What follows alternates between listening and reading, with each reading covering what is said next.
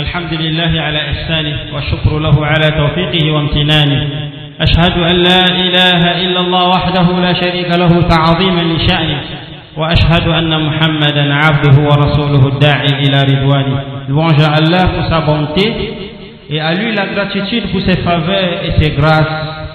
J'atteste qu'il n'y a point de divinité digne d'être adorée si ce n'est lui, l'unique et point d'associer à lui, en toute reconnaissance de sa grandeur.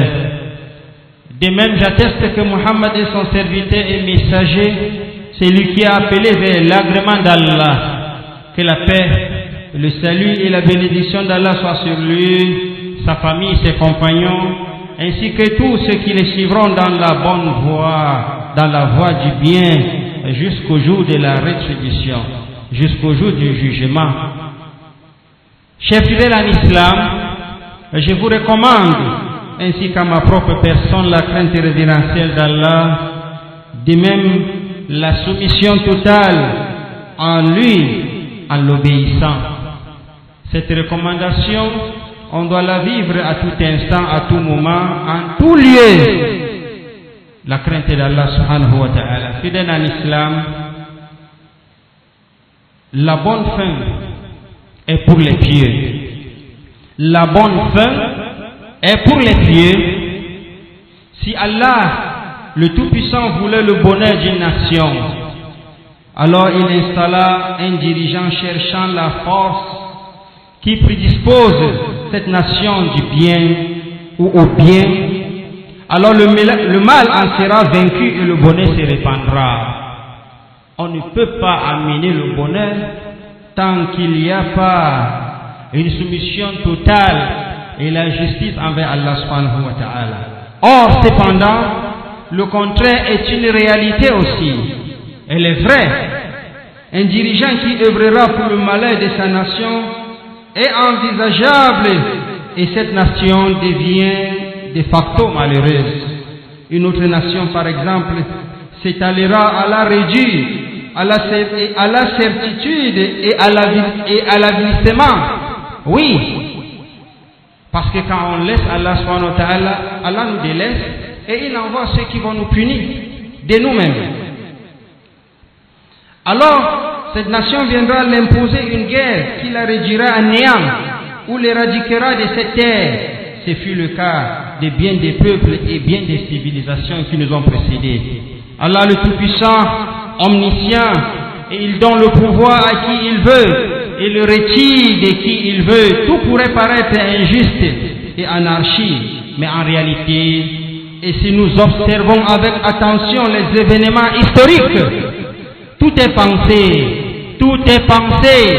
selon une intelligence qui nous échappe. C'est là que vient la sagesse d'Allah subhanahu wa ta'ala. En cet effet, nous trouvons dans cette sourate où Allah dit, subhanahu wa ta'ala, il dit à Moussa, et méditez un peu la situation que Moussa vivait avec les Bani Israël et autres. Allah lui dit, dis à ton peuple, demandez aide auprès d'Allah et soyez patients, car la terre appartient à Allah, car la terre appartient à Allah, car la terre appartient à Allah. Il en fait héritier qui il veut parmi ses serviteurs. Et la fin heureuse sera aux pieux. De ce fait, la terre remplie de gouvernants et de rois justes et équitables ne peut qu'être bien guidée, bien gérée, car tout est regardé selon le prisme de la justice, de l'égalité entre les hommes, de la volonté de faire le bien et de blâmer le blâmable. La société bien guidée est une société qui évite tout ce qui concourt à sa perte, et cela, personne ne peut l'y conduire, sinon ceux qui ont en charge la gouvernance.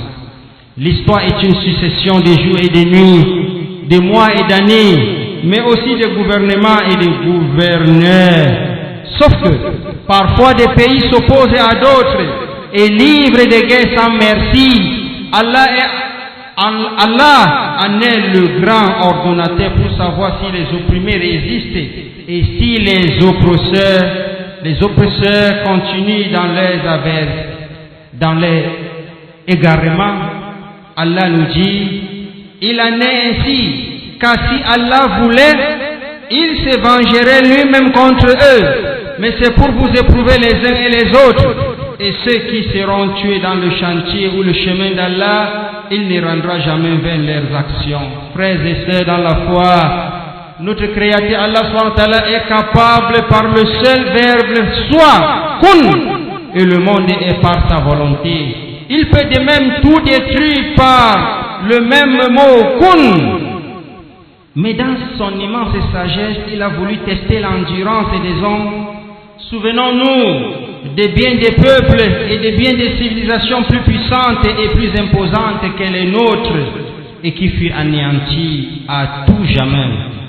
Sens-tu la présence de l'un d'eux ou entends-tu un de leurs bruits? La volonté d'Allah est telle que sur cette terre, il ne peut rester que les pieux, ceux qui ont cru et ceux qui ont suivi les recommandations du Tout-Puissant. Mais nous voulions favoriser ceux qui avaient été faibles sur terre et ont fait des dirigeants et en fait les héritiers. Alors subhanahu wa ta'ala, il nous dit, mais nous voulions favoriser ceux qui avaient été faibles sur terre et en fait d'eux des dirigeants et en fait d'eux des héritiers.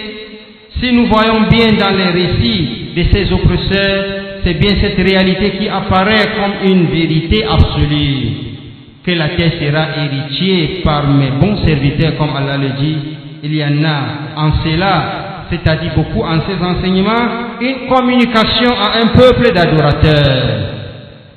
Il en est ainsi sur cette terre, mais il en sera de même pour l'au-delà, car les pieux, ils auront la récompense suprême d'hériter aussi le paradis d'Allah et tout ce qu'elle contient.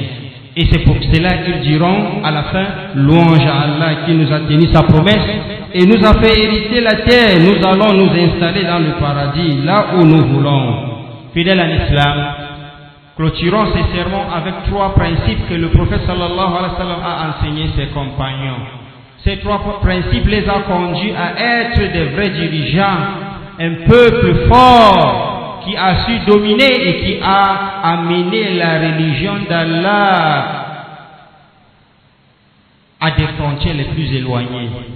Les 4 points cardinaux.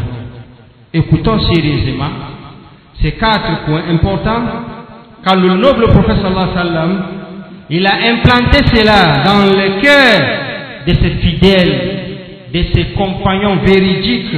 Ces 3 éléments sont premièrement la foi en ces messages grandioses, la foi au message de l'islam, la foi au message d'Allah, la croyance profonde. Est-ce que nous le vivons aujourd'hui? Est-ce que nous ne pensons pas qu'il y a mieux que notre religion, que la foi à la religion d'Allah subhanahu wa ta'ala? Est-ce que notre attitude vise à cela? Tout le monde islamique, tous les différents peuples sur terre aujourd'hui, le prophète a su implanter cela dans le cœur de ses compagnons, la foi en ces messages grandioses. Tiens fermement ce qui t'a été révélé car tu es sur le droit chemin. C'est ce qu'Allah l'a dit et c'est ce qu'il a enseigné les autres. C'est certainement un rappel, c'est-à-dire ce Coran pour toi et ton peuple. Et vous en serez interrogés. Le deuxième point, fidèle à l'islam, c'est d'être fier, en être fier de cette religion, de ces messages d'Allah, de cette révélation. Puisqu'il en est ainsi, alors il faudrait que l'homme de foi se comporte tel un magistère face à ses élèves. Et le prophète a su inculquer cela dans le cœur de ses compagnons. Vous êtes la meilleure communauté, vous êtes la meilleure qu'on ait fait surgir pour les hommes. Vous ordonnez le convenable, interdisez le blâmable et croyez en Allah. Si les gens du livre croyaient, ce serait meilleur pour eux. Il y en a qui ont la foi parmi eux, mais la plupart d'entre eux sont des pervers. Ce Coran a éduqué les compagnons. Le prophète les a inculqués cela. Dans un autre verset, Allah dit, et aussi, nous avons fait de vous une communauté de justes pour que vous soyez témoins aux gens, comme le messager sera témoin à vous. Ou enfin, où Allah nous dit, lutter pour Allah avec tout l'effort qu'il mérite. Où sont les musulmans donc aujourd'hui en ce qui concerne cet élément? Le troisième élément, c'est l'espoir quant à l'assistance d'Allah subhanahu wa ta'ala. Il faut avoir espoir qu'Allah va t'assister. Mais cela est impossible si ta foi est faible, cela est impossible si tu es le premier injuste. Cela est impossible si c'est toi qui crois à autre chose et qui n'est pas Allah subhanahu wa ta'ala. Alors le prophète a inculqué cela en ses compagnons, quand bien même les gens délaissaient et opprimaient les hommes de foi, quand bien même ils pouvaient se sentir seuls, mais ils s'accrochaient. Ils devront désormais comprendre et savoir que le Tout-Puissant est toujours avec eux et les protège, et il le cuirasse quelle que soit la situation ou les circonstances. Oui, Allah nous suffit. Allah soutient certes ceux qui soutiennent sa religion. Allah est assurément fort et puissant. Mais est-ce que nous méditons tous ces versets? Est-ce que nous croyons réellement à tout cela? En réalité, notre véritable problème aujourd'hui, c'est la croyance réelle. C'est la croyance réelle. On peut être musulman de nom, musulman d'héritage, mais est-ce qu'on est véritablement musulman dans le cœur, dans l'enseignement, dans la mise en pratique, dans notre vie, dans ce que nous représentons, serviteurs d'Allah? C'est à partir de ces trois éléments que les premiers musulmans avaient commencé à affermir leur foi, une solide croyance que tout ce qui se passe sur terre n'est que la volonté du Tout-Puissant. Ils se sont habillés de ces principes ineffables qui marquent d'un sceau noble les prémices d'un message sans équivalent, le message de l'islam. Ils étaient certains de l'assistance d'Allah et que la terre leur sera offerte comme héritage. Allah en a décidé ainsi et sa lumière emplira le monde de la vérité. Naam, pourquoi? Parce que la bonne fin est pour les pieux. La question à se poser, c'est de se demander, est-ce que jusqu'à présent j'ai acquis cette piété? Est-ce que nous sommes pieux? Est-ce que nous sommes sur la voie d'Allah subhanahu wa ta'ala? N'est-ce pas, le prophète sallallahu alayhi wa sallam nous a enseigné de craindre Allah n'importe où on se trouve, même si c'est où? Est-ce que nous faisons la même chose? Est-ce que nous croyons à notre religion? Est-ce que nous mettons cela en pratique? Autant de questions fidèles à l'islam. La seule chose que nous devons comprendre, que cette terre c'est pour Allah et c'est lui qui laisse qui il veut, et c'est lui, Allah subhanahu wa ta'ala, qui hérite cette terre à qui il veut. Innal arda lillah yurithuha man yasha'u min ibadi. Mais la terre ne représente rien pour Allah, ce n'est rien. Le plus important c'est cette piété et la fin des choses, et surtout ce qui viendra après la mort. Qu'Allah nous soutienne dans notre religion. Ceci nous suffit pour comprendre réellement la vie de ces bas aussi. Avec tous ces événements, avec tout, ne soyons pas de ceux-là qui perdent le temps dans des commentaires par-ci par-là, avec aucune maîtrise de la géopolitique internationale. Mais c'est moi qui mets ma bouche dans tout et autres. Mais pourtant, si je mets cela dans la balance de la religion d'Allah subhanahu wa ta'ala, tout sera clair pour moi. Et ne regarde pas surtout l'autre. Mais toi, qu'est-ce que tu as fait? Toi, tu n'es pas concerné. Est-ce que toi, tu n'es pas concerné quand tu vois les autres? Et tu es le premier à dire que oh, les Arabes sont des hypocrites. Mais toi, tu es à quel niveau? Toi, tu es à quel niveau? Qu'est-ce que toi, tu as fait pour toi-même? Qu'est-ce que tu as fait pour ta religion? C'est pourquoi le but de la fête de notre sermon était et vrai, Allah verra votre œuvre. N'est-ce pas nous qui sommes rabaissés au dernier point aussi? Est-ce que nous sommes moins que les autres? Cette affaire concerne tous les musulmans du monde entier. N'est-ce pas nous qui sommes incapables de mettre nos institutions, nos instituts d'enseignement, de santé, autres, n'est-ce pas nous? Mais nous regardons les autres pour en parler. N'est-ce pas nous? Tout pour nous est confisqué de nos mains. Même le hashtag parler, avec bien d'autres choses. Et tu regardes très loin. Pourtant, la maladie est chez toi aussi. Qu'Allah nous guide, qu'Allah renforce nos cœurs. Allahumma salli wa sallim ala nabiyyina Muhammad wa alihi wa sahbihi ajma'in. Allahumma salli wa sallim ala nabiy al-Mustafa المجتبى الرسول رسول الهدى صلى الله عليه وآله وصحبه أجمعين.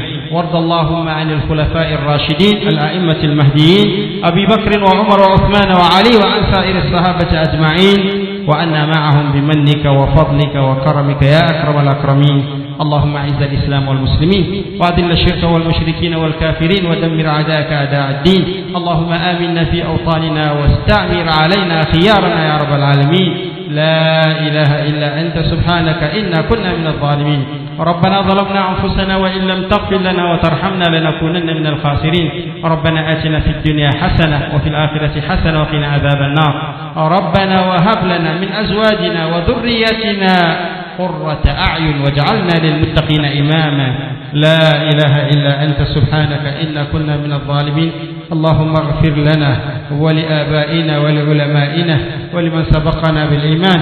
اللهم اشف مرضانا ومرضى المسلمين. اللهم اشف مرضانا ومرضى المسلمين. اللهم اغفر لجميع موتى المسلمين. اللهم اغفر لجميع موتى المسلمين الذين شهدوا لك بالوحدانية وبنبيك بالرسالة وماتوا على ذلك. اللهم اغفر لهم وارحمهم وعافهم واعف عنهم وأكرم نزلهم ووسع مدخلهم واغسلهم بالماء والثلج والبرد ونقهم من الذنوب والخطايا كما ينقى الثوب الأبيض من الدنس. اللهم اغفر لنا يا رب العالمين. اللهم اغفر لنا يا رب العالمين. اللهم صل وسلم وأنعم وبارك على النبي المصطفى صلى الله عليه وسلم. عباد الله، إن الله يأمر بالعدل والإحسان وإيتاء ذي القربى وينهى عن الفحشاء والمنكر والبغي يعظكم لعلكم تذكرون. فاذكروا الله الجليل يذكركم واشكروه على نعمه يزدكم ولذكر الله أكبر والله يعلم ما تصنعون. وقوموا إلى صلاتكم يرحمكم الله.